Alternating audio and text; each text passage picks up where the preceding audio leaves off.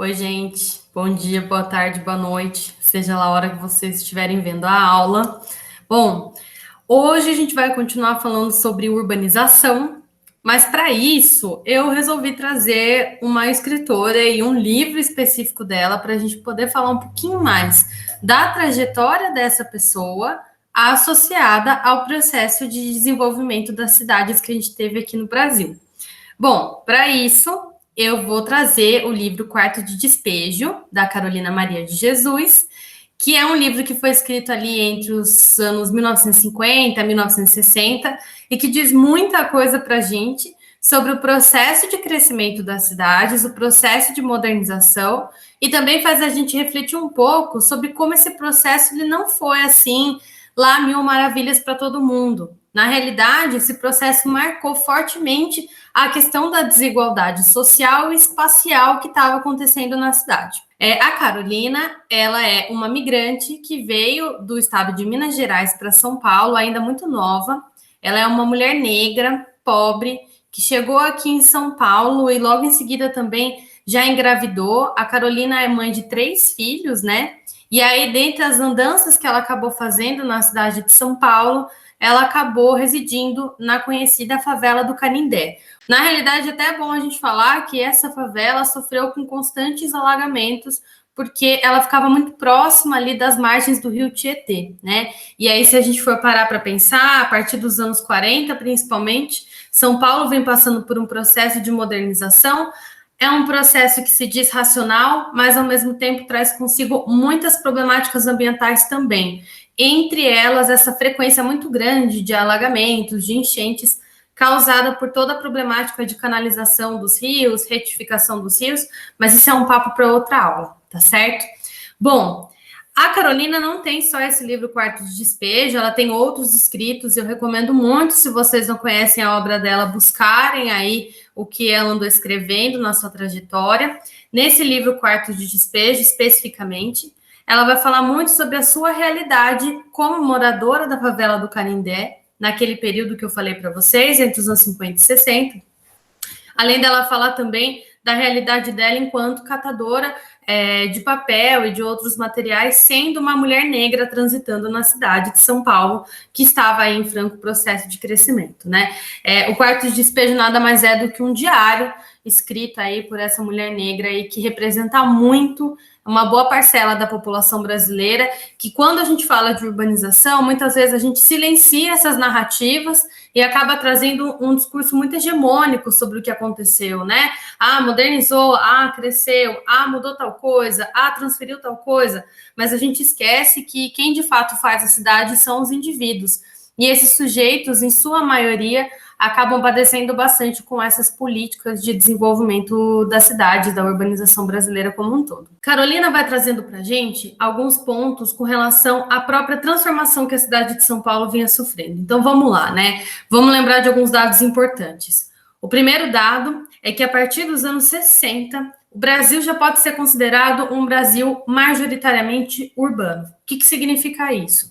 Significa que a maior parte da população já está residindo em cidades. E vejam só, né? Se a gente for parar para ver essa trajetória histórica que nós temos de desenvolvimento da cidade, ela é muito rápida, né? Em pouquíssimo tempo, em pouquíssimas décadas, a gente já tem essa mudança de perspectiva, né? A gente já tem essa mudança socioespacial para que os indivíduos eles estejam localizados majoritariamente na cidade.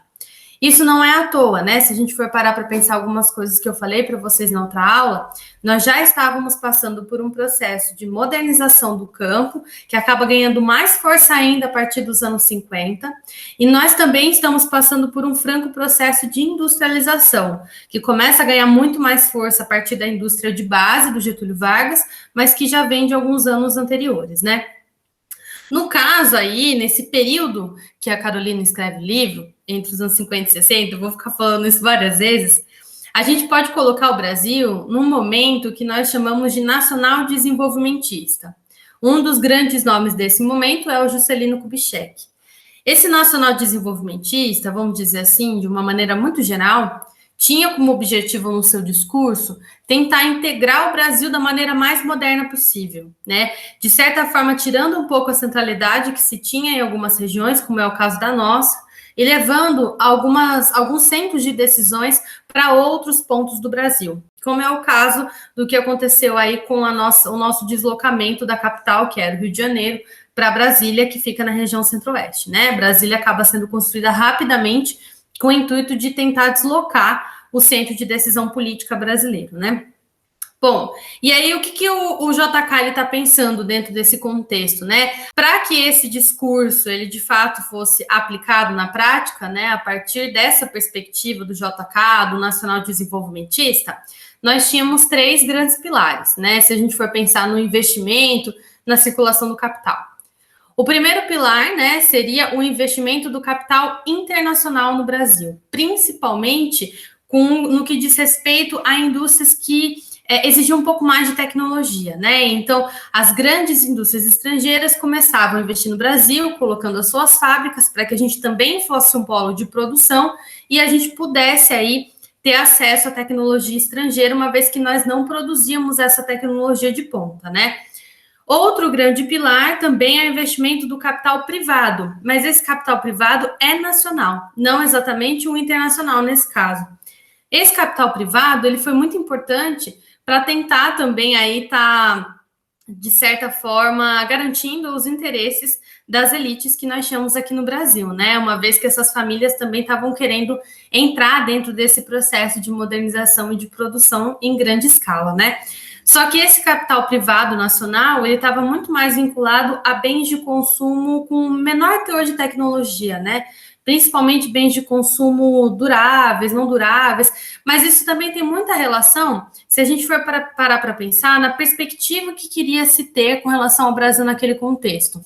Qual que era a visão que se tinha, né? Para eu modernizar, eu também acabo trazendo junto dentro desse processo a questão da urbanização. Se eu estou urbanizando, as cidades estão crescendo, significa também que a própria perspectiva de consumo da população vai começar a mudar. A população ela vai ter outras demandas de consumo. E aí, para tentar atender essa demanda, né, e também fazer os seus lucros, garantir a sua presença no mercado, a gente tem esse segundo pilar, que é o capital privado e nacional, investindo nessa questão do consumo mais urbano.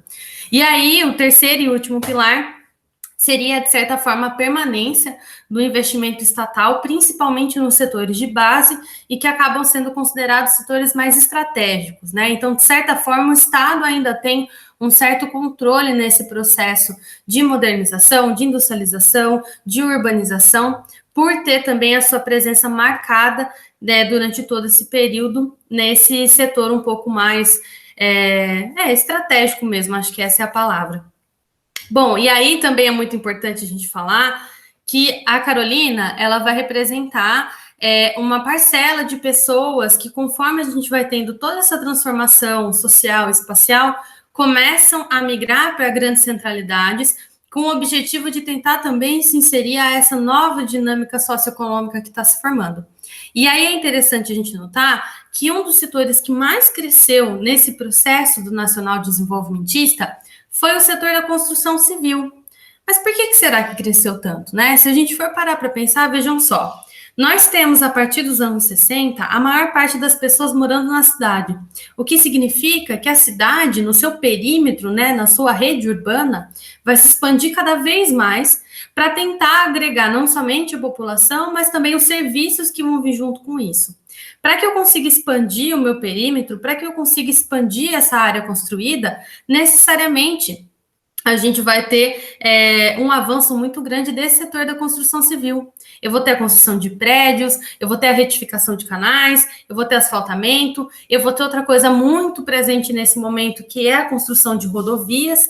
Uma vez que eu também estou abrindo para o capital internacional, eu também vou ter chegada em massa da produção de automóveis. Os automóveis precisam de algum lugar para poder passar. E a gente começa a ter a interligação e a gente vai ter a opção também por investir nas rodovias como forma de tentar interligar não somente a rede urbana local, mas também esses outros polos que estavam se descentralizando aí da região mais concentrada. que esse setor da construção civil, aí que eu falei para vocês, que é o que mais vai estar crescendo, ele também vai absorver uma mão de obra não qualificada, uma mão de obra barata muito grande, né? Aquelas pessoas que acabam migrando para essas grandes centralidades acabam sendo absorvidas dentro desse setor, para que elas possam ter aí a exploração do seu trabalho a favor do crescimento das cidades. Então, se a gente for parar para pensar aí, as cidades estão crescendo, né? São Paulo, a grande centralidade e tudo mais, a gente não pode esquecer que esse crescimento, essa construção, essa expansão urbana está atrelado com a população pobre, com a população migrante, que foi de fato quem estava trabalhando para que isso acontecesse, né? E aí, eu acho interessante também a gente relembrar um outro termo aí, né, nesse processo todo, que é o termo metrópole. Porque dentro desse contexto de modernização, de crescimento e tudo mais, São Paulo, que é o lugar que a gente vai ter ambientado no livro da Carolina, já pode ser considerado uma grande metrópole. E pensando nessa organização das cidades, a metrópole nada mais é do que a centralidade. Ela é responsável, dentro de uma rede urbana que está se formando, por centralizar os serviços necessários para o funcionamento daquela escala local, escala regional, escala nacional. São Paulo era como se fosse a grande locomotiva brasileira, né? Então, o que tinha relação aí com o que era moderno, com a questão da financiarização, com a questão da concentração de capital de serviços, acabava automaticamente dentro desse processo se referindo a São Paulo, uma vez que São Paulo acaba tomando essa posição de centralidade. Junto com a centralidade da metrópole, é importante a gente falar que a gente também vai ter aí a definição das regiões metropolitanas, que são cidades localmente, diretamente influenciadas por essa metrópole. Hoje, no Brasil, a gente vai ter várias regiões metropolitanas, e é até interessante a gente notar que cada uma delas vai ter uma característica específica, né? Cada uma delas vai ter uma relação com o território, um número característico de cidades, o distanciamento também vai variar muito de uma região para outra, e a região metropolitana, essa definição, ela também acaba sendo uma definição política, né, porque a gente vai ter uma série de investimentos e compartilhamentos atrelados a determinadas regiões metropolitanas. Aqui no nosso caso, a gente pode falar da região metropolitana de São Paulo, que é importantíssima, né? A gente também tem a região metropolitana de Campinas, né? Que também é super importante. E a gente tem recentemente criado a região metropolitana de Piracicaba, né? Eu não sei exatamente, mas eu acho que a gente pode estar influenciado diretamente por essa região aí, tá certo? Bom, mas voltando aqui o que nós temos com relação a Carolina, né?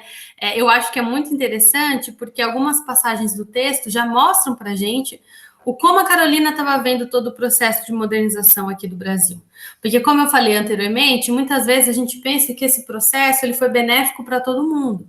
Mas, na realidade, a classe trabalhadora, a classe empobrecida, a população negra, que historicamente ela estava ali tendo seus direitos retirados e continuamente marginalizada para determinadas localidades da cidade, não vão estar absorvendo esse processo da mesma forma, né? Pensando que a cidade também vai pressupor que existam transformações de consumo, que existam transformações de produção, que existam transformações de setores produtivos também, não exatamente toda a população vai estar inserida dentro desse processo.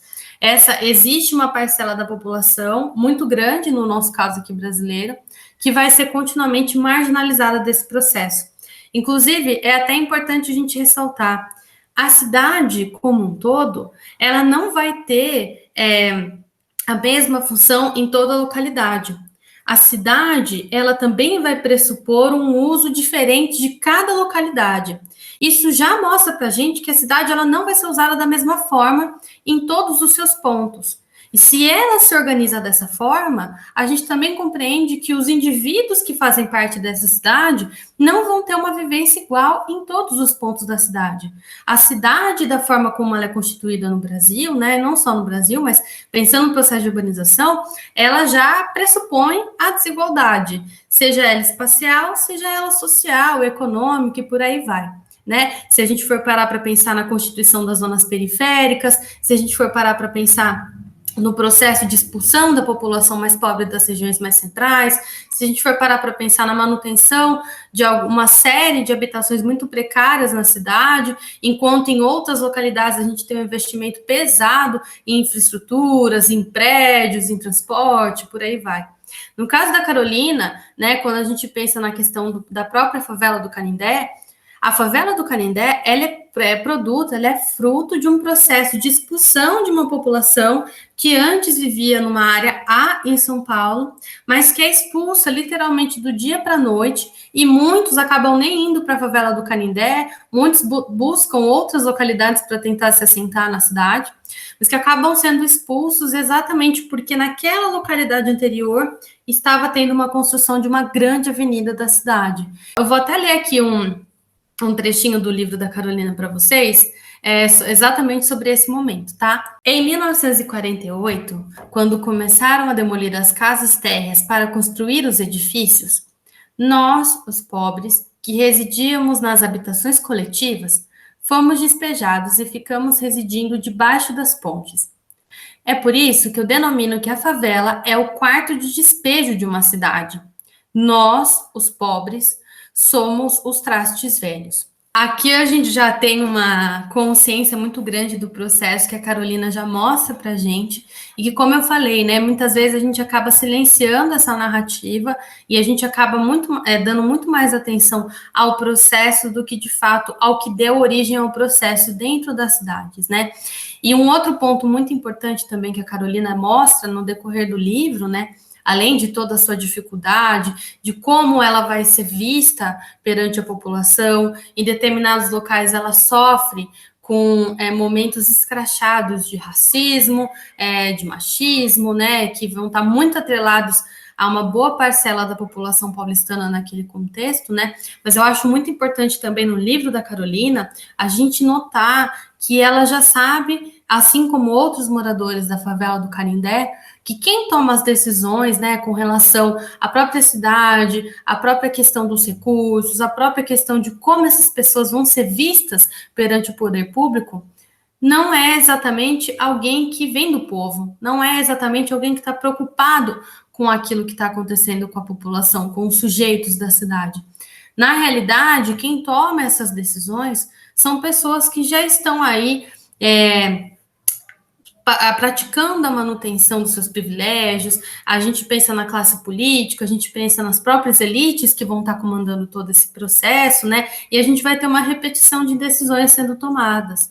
Inclusive, vou até ler mais um outro trechinho para vocês, né? Quem governa o nosso país é quem tem dinheiro.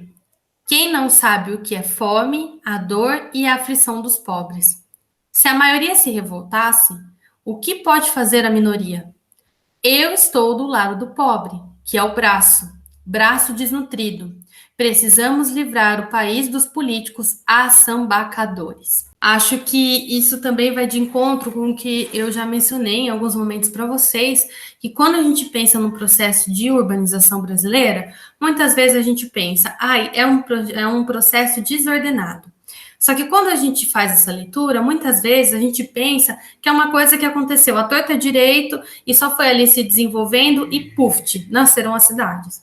Só que, aí fazendo até a leitura que a própria Carolina colocou, quando a gente pensa no processo de urbanização, a gente não pode esquecer que o próprio uso desigual das cidades também faz parte de um processo e um projeto anterior que nós tínhamos aqui de ocupação do território brasileiro, e não somente do território brasileiro, que vai estar aí privilegiando a desigualdade de forma a fazer com que nós tenhamos pessoas que vão estar detendo a acumulação daquilo que é produzido, a acumulação do capital, e pessoas e localidades que vão estar sendo historicamente exploradas para que isso possa acontecer. Então, quando a gente pensa num processo de urbanização desordenado, ele é desordenado porque a gente vai ter essa desigualdade, mas ao mesmo tempo ele vai estar diretamente atrelado aos interesses daqueles que já estavam mantendo seus privilégios na conduta das decisões que estavam sendo tomadas aqui no Brasil, né? Não é por acaso que nós vamos estar tendo a expulsão da população pobre de determinadas áreas. Inclusive, né, no início do século XX, a gente tem até um termo que é higienismo, né? A cidade precisa ficar bonita. Bonita para quem? Bonita para quê? O que de fato é uma cidade bonita, uma cidade moderna? É uma cidade que, à primeira vista, você não tem contato direto com a população marginalizada, a população pobre imigrante, a população negra recém passada pelo processo de abolição da escravidão, que a gente de fato sabe que não é um processo que restituiu nenhum tipo de direitos que essa população deveria ter. A gente vai ter um processo de cidade muito mais vinculada àquilo que é uma hegemonia burguesa, eurocentrada, uma hegemonia da elite brasileira, do que de fato uma cidade que respeite a diversidade, a permanência, a circulação, né, e a vivência de diferentes pessoas, né, incluindo essa população que é historicamente marginalizada. Então, acho que é interessante a gente já começar a pensar sobre isso, né? Pensar que a urbanização não é um processo neutro, na realidade é um processo que está atrelado aos interesses historicamente mantidos aqui no Brasil, e que isso acaba refletindo nessa desigualdade socioespacial que a gente tem e nas próprias tomadas de decisão. Bom, eu não vou ficar falando muito sobre o livro da Carolina, né? Mas eu acho que vale muito a pena vocês lerem. Lerem com muito cuidado, porque creio que é um documento histórico muito importante para a gente entender o que é essa narrativa de Brasil nesse contexto histórico. Ela é uma escritora fantástica, então acho que vale muito a pena também vocês conhecerem a história da Carolina, para além da própria obra dela, tá certo? Bom, perguntas, dúvidas, questões, vocês podem me fazer aí no decorrer da semana, e a gente se vê na próxima aula. Tchau!